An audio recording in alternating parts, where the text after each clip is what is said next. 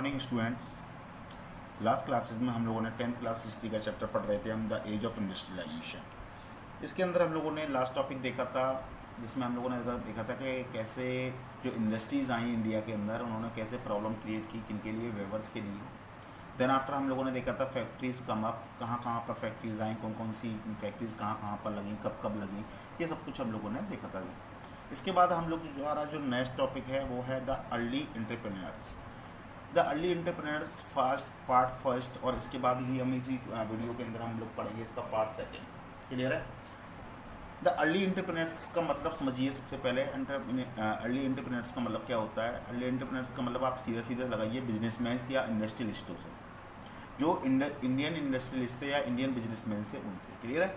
आपको ये शब्द थोड़ा सा अजीब लग रहा होगा, लेकिन आप जब 11th-12th क्लास में कॉमर्स लेंगे तो एंटरप्रेन्योर्स जो शब्द है वो आपको बड़ा आसान सा समझ में आ जाएगा इसका मतलब क्या होता है। इसका मतलब सीधा सीधा लगाइए आप किससे, बिजनेसमैन से, कि जो इंडिया के अंदर बिजनेसमैन थे। क्लियर है?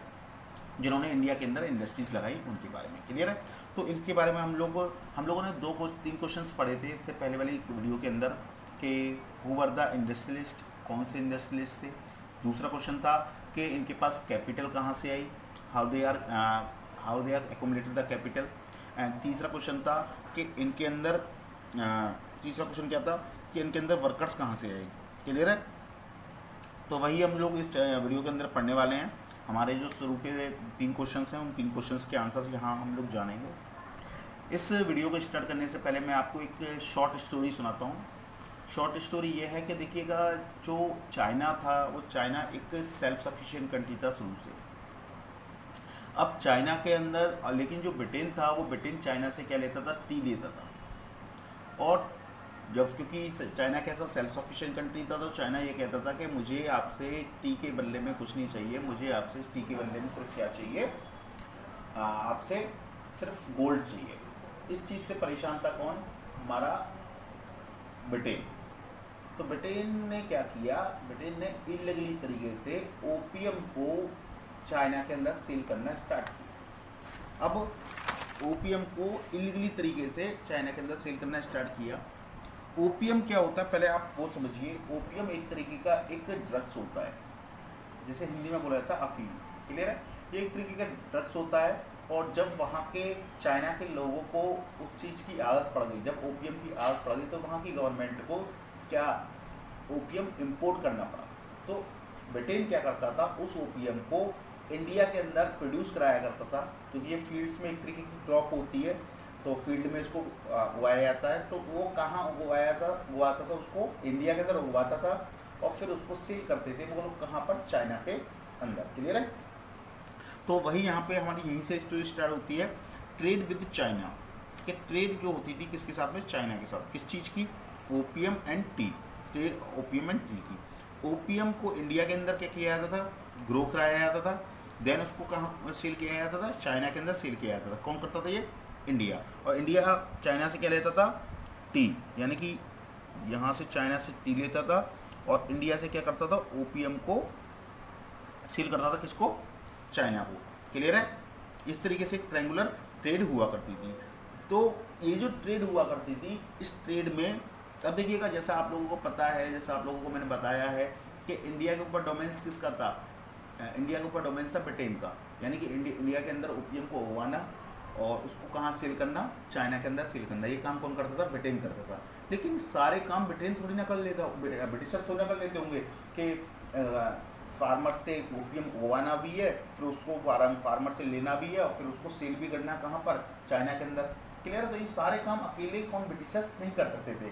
तो उन ब्रिटिशर्स की हेल्प करते थे कुछ इंडियंस। क्लियर है? तो उस समय पर कुछ इंडियंस थे जो इस ट्रेड में जूनियर प्लेयर्स के रूप में काम करते थे, या फिर मैं कह सकता हूँ कि कुछ ऐसे इंडिया के अंदर कुछ ऐसे लोग थे जो हेल्प करते थे किसमें, ब्रिटिशर्स की क्या करने में, ओपीएम को चाइना के अंदर सेल करने में। तो Indians became a junior player. कुछ इंडियंस थे जो किसके रूप में काम करते थे, जूनियर प्लेयर्स के रूप में काम करते थे। क्लियर है? तो जब ये जूनियर प्लेयर्स के रूप में काम करते थे ब्रिटिशर्स के लिए, क्लियर है, तो वहाँ से इन्होंने क्या कमाया, पैसा कमाया। तो अर्न थ्रू द ट्रेड, इन्होंने वहाँ से क्या कमाया, कुछ कैपिटल, कुछ पैसा, कुछ कमाया। क्लियर है? हैड अ अब जब इन्होंने कुछ पैसा कमा लिया, कुछ पैसा इनके पास में आ गया, तो इन्होंने इनका एक विजन है, इन्होंने सोचा अब इस पैसे का क्या करें। तो उन्होंने सोचा कि हम इस पैसे का क्या करते हैं, हम इस पैसे से क्या करते हैं, इंडस्ट्रीज खोलते हैं। Had a vision of developing industrial enterprises in the India. इन्होंने क्या सोचा कि हम इस पैसे से क्या करते हैं, इंडियन इंटरप्राइजेज खोलते हैं। कहाँ पर, इंडिया के अंदर, यानी कि कुछ इंडस्ट्रीज वगैरह खोलते हैं कहाँ पर, इंडिया के अंदर। क्लियर है। अब तो पहला क्वेश्चन जो हमारा क्वेश्चन था कि इनके पास कैपिटल कहाँ से आया, how they are accumulated the capital, तो उसका आंसर हमें मिल गया कि चाइना के साथ जो ट्रेड होती थी ओपीएम की, उसमें एज अ जूनियर प्लेयर जिन इंडस्ट्रियलिस्ट ने वर्क किया, जो बिजनेसमैन जो ट्रेडर थे, वहाँ से उन्होंने पैसा कमाया और उसी पैसे से उन्होंने क्या खोली, इंडस्ट्रीज खोली। तो पहला क्वेश्चन तो हमें ये पहले क्वेश्चन का आंसर तो हमें मिल गया कि how they are accumulated the capital. दूसरा क्वेश्चन कौन क्या था हमारा, दूसरा क्वेश्चन ये था कि हु आर दे इंडस्ट्रीज, ये इंडस्ट्रीज कौन थे। तो वो हम लोग देखते हैं, उनके कुछ फैक्चुअल डिटेल्स हम लोग देखते हैं, कुछ उनके नेम्स हम लोग यहाँ पर देखते हैं। तो सबसे पहला नाम आता है, सबसे जो नाम आता है इंडियन इंडस्ट्रियलिस्ट में, उसका सबसे पहला नाम आता है द्वारकानाथ टैगोर का। किसका आता है, द्वारकानाथ टैगोर का। ये द्वारकानाथ टैगोर ने कुछ ब्रिटिश कंपनीज के साथ मिलकर क्या 6 स्टॉक कंपनीज खोली। तो सेटिंग अप 6 स्टॉक कंपनीज, इन्होंने कुछ ब्रिटिशर्स वगैरह के साथ में मिलकर कितनी 6 स्टॉक कंपनीज खोली, कहाँ पर, इंडिया के अंदर। लेकिन जब 1840s के आसपास जब क्या आता है, रिसेशन वगैरह आता है, इकोनॉमिक डिप्रेशन आता है, तो उस समय पे ये इंडस्ट्रीज क्या हो जाती हैं, बंद हो जाती हैं। लेकिन कुछ इंडस्ट्रियलिस्ट थे, उनकी फिर भी इंडस्ट्रीज चलती रही। जैसे कौन कौन थे देखिएगा, इन बॉम्बे पारसी, जो पारसी कम्युनिटी थी बॉम्बे में, उन्होंने इंडस्ट्रीज खोली, लाइका रिंसवा पेटिट एंड जमशेदजी नुसेरवंजी टाटा। जो आप लोग आज टाटा कंपनीज देखते हैं, इसका फाउंडेशन किसने किया था, इसका फाउंडेशन किया था जमशेदजी नुसेरजिन टाटा। क्लियर है। तो ये भी वही व्यक्ति थे जिन्होंने क्या कहाँ से पैसा कमाया था, एज अ ट्रेड के रूप में पैसा कमाया था। क्लियर है। इसके बाद में सेठ हुकमचंद, एक मारवाड़ी बिजनेसमैन थे, मारवाड़ी यानी कि राजस्थान से बिलोंग करते होंगे। तो सेठ हुकमचंद एक Marwari businessman set up the first Indian jute mill in 1917। अब क्वेश्चन आपके दिमाग में ये आया होगा कि सर इससे पहले जो आपने वीडियो बनाई थी, उसमें आपने बताया था कि फर्स्ट जूट मिल जो लगी थी इंडिया के अंदर वो 1855 में लगी थी। लेकिन अब आप बता रहे हैं कि पहली जूट मिल कब लगाई गई, 1917 में।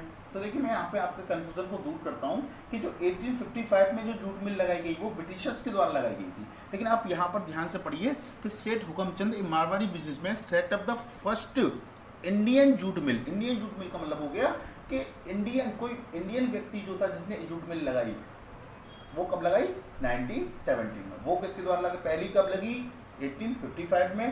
पहली इंडियंस के द्वारा कब लगाई गई, 1917 में। क्लियर है। नेक्स्ट है उसके बाद में father and grandfather of the GD Birla. जो आप जीडी बिरला आज एक बहुत बड़ा जो बिजनेसमैन देखते हैं आप लोग, कि इनके ग्रैंडफादर और फादर्स भी किससे रिलेटेड थे, इसी ट्रेड वगैरह से रिलेटेड थे, और वहीं से इन्होंने क्या किया था, इस कैपिटल को एक्यूमुलेटेड किया था। ये इसका क्या हो गया, फर्स्ट फेज हो गया। क्लियर है। तो 2 क्वेश्चंस के आंसर यहाँ हमें मिल गए। पहला तो इनके पास कैपिटल कहाँ से आया, दूसरा हमारे पास ये कौन से बिजनेसमैन थे। क्लियर है। तीसरा हम लोग आगे देखते हैं, आगे